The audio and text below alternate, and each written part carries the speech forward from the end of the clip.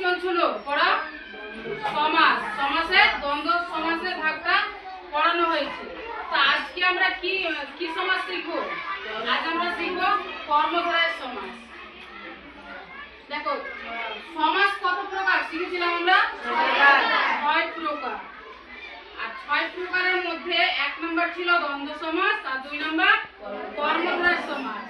তো আজকে আমরা কর্মধারয় সমাস শিখবো। তো কর্মধারয় সমাস আমি আগে একটা উদাহরণ লিখছি, তারপরে আমি সংজ্ঞাটাতে যাচ্ছি। দেখো ভাজা যে আলু সমান আলু ভাজা। আলু, তোমরা আলু ভাজা খেয়েছো? আচ্ছা, দেখো আমি এটা লিখলাম উদাহরণটা। আমরা কি বলছিলাম? কর্মধারয় সমাসে কার প্রাধান্য? পরপদের প্রাধান্য। তো দেখো কি হচ্ছে যে ভাজা যে আলু। দেখো আমরা কি বলছি? ভাজা যে আলু বলতে কি বুঝছি? আলু ভাজা একটা কি সবজি। তা আমরা কাকে প্রাধান্য দিচ্ছি? আলু ভাজাকে। ভাজা মানে আলুটাই তো মেন, তাই না? এই যে পরপদের প্রাধান্য। এবার চলো আমি সংজ্ঞাটাকে একবার বলছি, তারপর বোর্ডে লিখছি। কর্মধারয় সমাস বলতে আমরা কি বুঝি? যে সমাসে পূর্বপদ পরপদের বিশেষণ এবং পরপদ প্রাধান্য পায় তাকে বলা হয় কর্মধারয় সমাস। আচ্ছা চলো আমি এটা বোর্ডে লিখছি, তোমরা সবাই লিখবে, ঠিক আছে?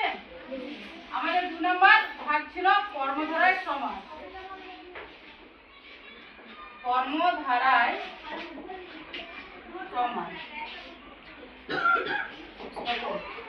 যে সমাসে পূর্বপদ,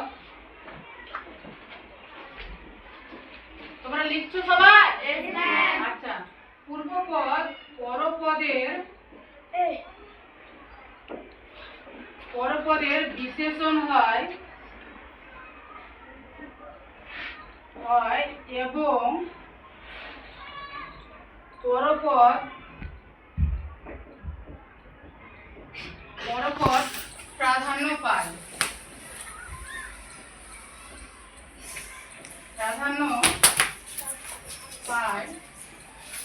তাকে কর্মধারয় সমাস বলে। কর্মধারয় সমাসে কোন পদ প্রাধান্য পায়? পরপদ। লিখো, সবাই লিখো।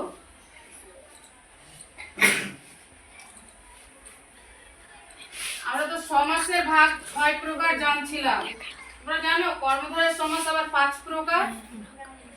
হ্যাঁ, তো তোমরা সংজ্ঞাটা লিখে নাও, আমি তারপরে লিখে দিচ্ছি ভাগগুলো, ঠিক আছে?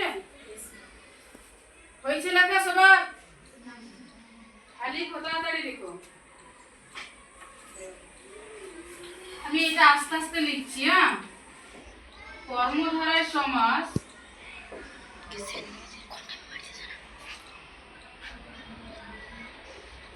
কর্মধারয় সমাস 5 প্রকার।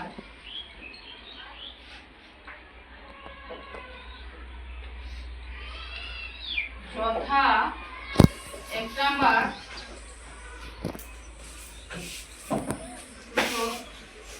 সাধারণ কর্মধারয় সমাস।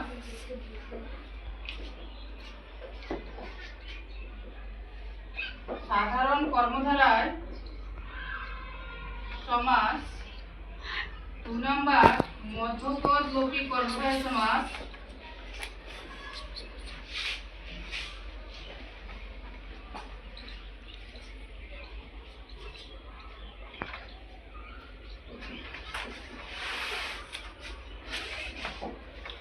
3 নাম্বার হচ্ছে উপমিত কর্মধারয় সমাস।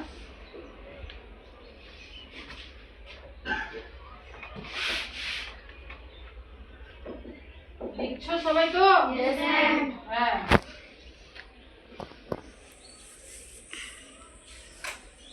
4 নাম্বার উপমান কর্মধারয় সমাস।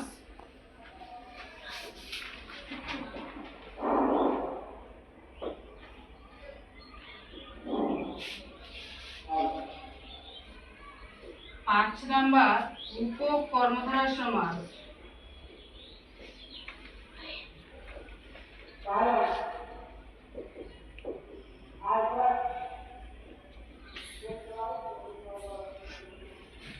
এই যে 5 প্রকার কর্মধারয় সমাস তোমরা লিখে নাও। আমি একটা করে প্রত্যেকটার উদাহরণ দিয়ে দিচ্ছি।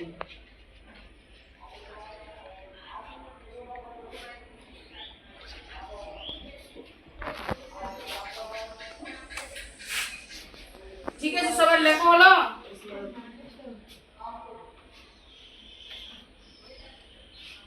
আচ্ছা, আজকে এই অবধি থাক। কালকে আমরা প্রত্যেকটা সংজ্ঞা জানবো এবং উদাহরণগুলো লিখে দেবো। ঠিক আছে?